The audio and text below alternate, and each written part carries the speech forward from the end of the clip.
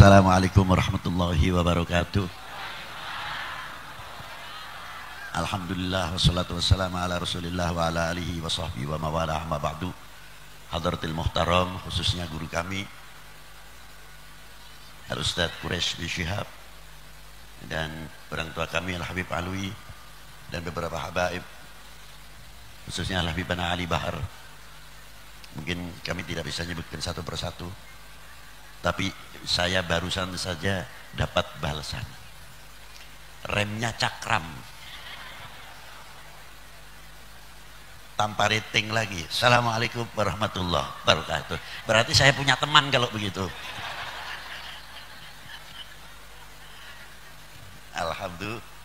Alhamdulillah bahwa pagi hari ini Jumat yang sudah biasa berjalan, sudah rutinan, semoga dengan bidzikrillah itu tadi akan kita bisa meraih yang pertama tatmainul qulub.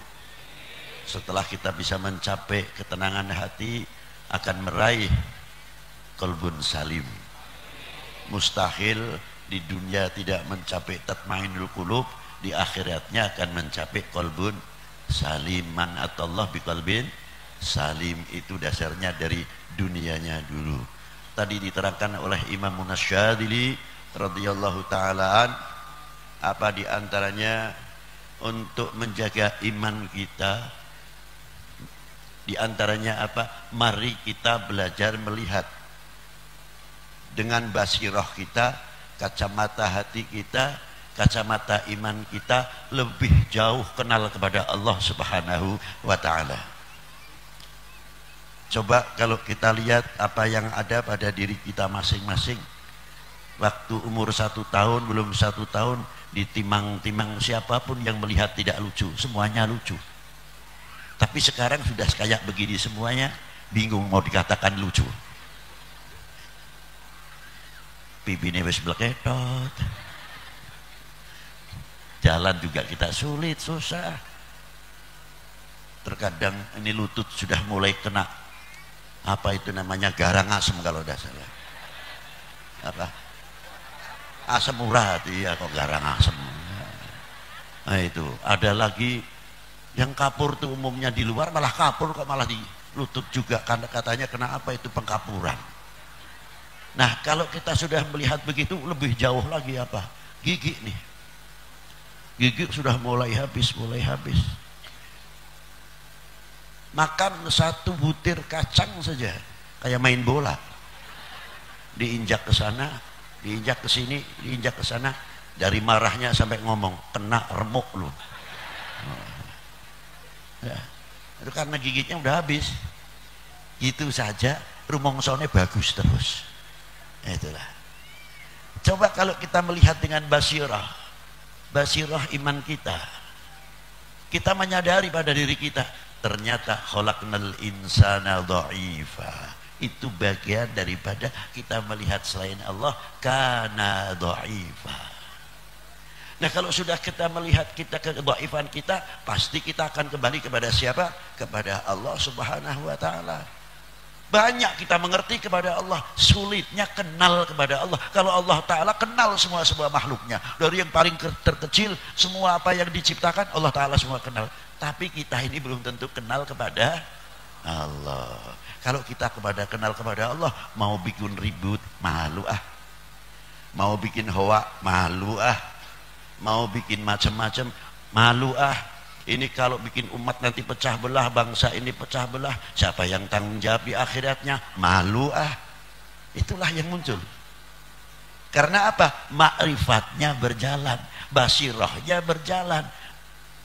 Di samping itu merasa didengar dan dilihat oleh Allah Subhanahu wa ta'ala. Anta'budallah ka'annaka tara fa in lam takun tara fa innahu yarah. Kita selalu dilihat oleh Allah, didengar oleh Allah. Kira-kiranya kalau ngitung uang saja, hilang 10.000 jatuh, muter itu. Apalagi ratusan yang jatuh. Ya Allah, godaannya satu, Bu. Suudon mulai muncul. Prasangka buruk itu kita tertipu. Ini tadi tak hitung kok 10, sekarang kurang 1. Padahal di sini siapa ini? Oh tadi si A, tadi si mulai kotor nih rayuan ini. Tapi kalau dikembalikan ma'rifahnya, basirahnya kepada Allah Subhanahu wa taala, insya Allah hati itu akan bersih. Itu diantaranya. Maka sekarang ini kami perlukan sekali kebersihan hati. Dengan apa? Dengan membaca La ilaha illallah Muhammadur Rasul. Kalau kita sudah illallah, la ilaha illallah, la ilaha illallah, mata kita dhaif, terkecuali yang tidak dhaif, la ilaha illallah. Telinga kita dhaif, tambah jauh pendengarannya kurang. Yang tidak memerlukan telinga tapi maha mendengar, la ilaha illallah. Mata kita pandangannya kurang. Yang tidak memerlukan mata tapi maha jaya, maha melihat, la ilaha illallah. Agak luar biasa. Ini kita mulai kenal, mulai mengenal, mulai kenal. Lama-lama kita dikenal oleh Allah Subhanahu wa taala.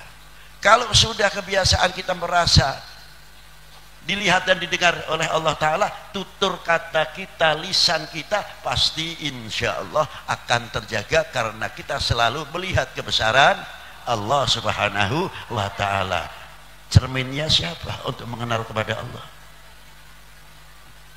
Cerminnya adalah baginda Nabi Shallallahu Alaihi Wasallam. Hamba Allah yang paling bertakwa, inna akramakum indallahi atqakum. Siapa yang paling atqa? Jangan ini dijadikan dalil, mau ngelamar anaknya orang ditolak terus inna akramakum indallahi atqakum. Lucu benar. Padahal inna akramakum indallahi atqakum, siapa yang paling atqa? Baginda Nabi Shallallahu Alaihi Wasallam. Nah kalau kita ingin atqa, ya ittiba bin Nabi Shallallahu Alaihi Wasallam sesuai dengan ayat qul in kuntum tuhibbunallah fattabi'uni yuhbib. Sudah ada jalannya diberi oleh Allah Ta'ala. Tutur akhlak kita, bagaimana kita cara bergaulan, bagaimana Rasulullah menghadapi sahabatnya, dari yang watak yang paling lembut sampai yang keras. Yang baru masuk Islam baru, terkadang adat istiadatnya keras, dan Rasulullah bisa melayaninya dengan baik tanpa marah. Dengan sebab itu akhirnya kita terbendung. Kalau kita sekarang, kalau bangsa ini kita makrifatnya kuat, basirahnya kuat, insya Allah walaupun beda pilihan, walaupun beda baju, apalagi tahun sekarang katanya tahun apa itu namanya, tahun saya khawatir kalau tahun politik itu. Apa kekhawatiran kita? Oknum politik bisa saja menghalalkan segala, itu namanya politik, tapi oknum loh. Nah, maka dari itu gedung selawat, yuk bareng-bareng bikin apa? Tahun damai. Setuju? Tahun berzikir, tahun bersolawat, tahun kesatuan persatuan demi aman. Kalau bisa begitu silahkan tahun politik berjalan, tapi tahun damai sebagai pendamping, mengawal terus, sehingga kelihatan kita bangsa Indonesia yang mempunyai kultur yang luar biasa. Para adab ketimuran leluhur kita melihat kita bangga dan senang. Ternyata bangsa Indonesia berapa kali pemilu keintelektualnya semakin maju, akhlaknya semakin baik dan lain sebagainya. Nanti kalau ramai-ramai kampanye, jangan sampai antara kita itu kena hoa. Kalau mau hoa, saya tuturin mau, saya ajarin mau dah, mau ya. You Indonesia, kamu Indonesia bukan? Ya saya bangsa Indonesia. Saya juga bangsa Indonesia. Berarti apa-apa? Saudara, salaman, selesai. Dengan adanya selesai, wassalamualaikum warahmatullahi wabarakatuh. Alhamdulillah.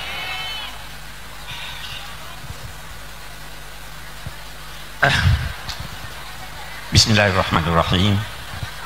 Alhamdulillah. Wassalatu wassalamu ala rasulillah wa ala alihi. Udah, enggak usah.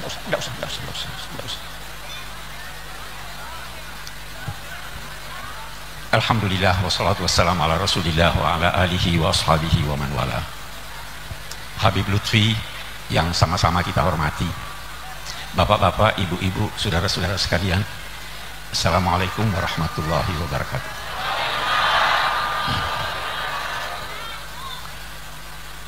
Saya oleh Habib Lutfi diminta berbicara tentang obat hati.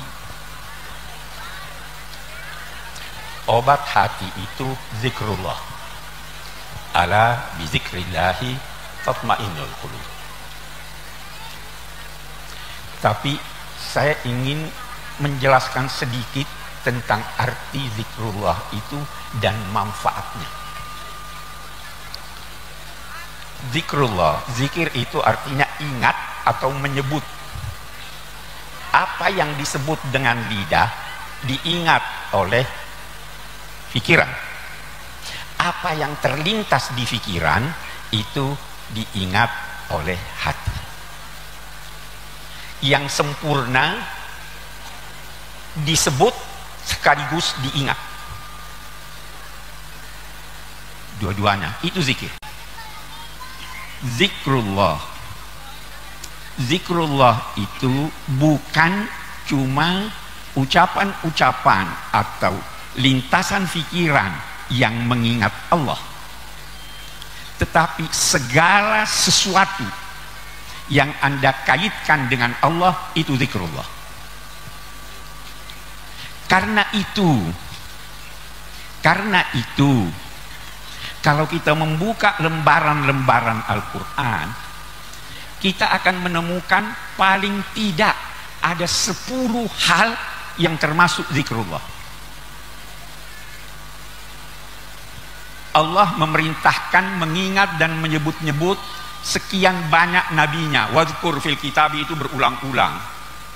Kita menguraikan sejarah nabi-nabi, apalagi Nabi Muhammad, itu bagian dari apa yang diperintahkan Allah untuk menjadi objek zikir.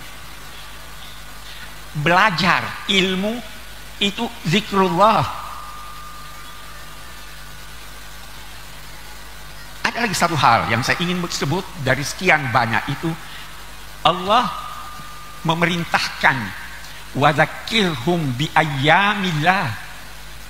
Ingatkan mereka, biar mereka ingat-ingat, biar mereka sebut-sebut hari-hari Allah. Apa hari-hari Allah itu? Hari-hari Allah itu adalah peristiwa-peristiwa sejarah yang menonjol di situ nikmat Allah atau murka Allah. Ingat tsunami, itu zikrullah selama Anda kaitkan dengan Allah. Ingat proklamasi, itu zikrullah. Di situ menonjol anugerah Allah. Itu sebabnya nanti semua nikmat yang Anda rasakan, wadhkuru ni'matallahi alaikum, salah satu di antaranya iz kuntum a'daan fa'alafa baina qulubikum. Itu arti zikrullah. Banyak sekali. Bahkan kalau kita buka lembaran-lembaran Al-Quran, memandang sesuatu yang sifatnya abstrak sekalipun, kalau dikaitkan dengan Allah, itu zikrullah. Nabi Daud zikir. Salah satu maknanya, dia pandang gunung, indahnya gunung, tegarnya gunung, subhanallah, zikir. Kita lihat negara kita yang begini indah, melihat masyarakat begini kompak, alhamdulillah, zikir. Jadi bukan sekedar zikir itu kita, tapi itu bukan berarti ini tidak penting. Bahkan yang terakhir yang saya ingin katakan, diriwayatkan oleh Imam Bukhari bahwa malaikat-malaikat hadir di majlis-majlis zikir. Sekarang ini banyak malaikat di sini hadir. Setelah selesai, malaikat itu menuju Allah, menyampaikan bahwa kami baru hadir dari majlis zikir. Allah berfirman, limpahkan rahmat buat semua mereka, ampuni semua mereka. Malaikat berkata apa? Kita dengarkan. Ya Allah, ada orang yang hadir maksudnya bukan buat zikir, maksudnya macam-macam. Mungkin mau cari satu orang, mau nagih utang. Bukan buat zikir kan? Mungkin mau cari satu orang, mau cari jodoh. Bisa kan? Bagaimana itu ya Allah? Ampuni juga dia, kasih juga dia rahmat. Dzalika qaumun la yashqa jalisuhum. Mereka yang berzikir dengan tulus itu, siapapun yang mendekat kepada mereka tidak akan rugi. Kita inilah. Itu sebabnya zikir adalah sesuatu yang amat penting, dan Allah berfirman, "Uzkuruni adzkurkum." Ingat saya waktu kamu senang, saya ingat kamu waktu kamu susah. Wassalamualaikum warahmatullahi wabarakatuh.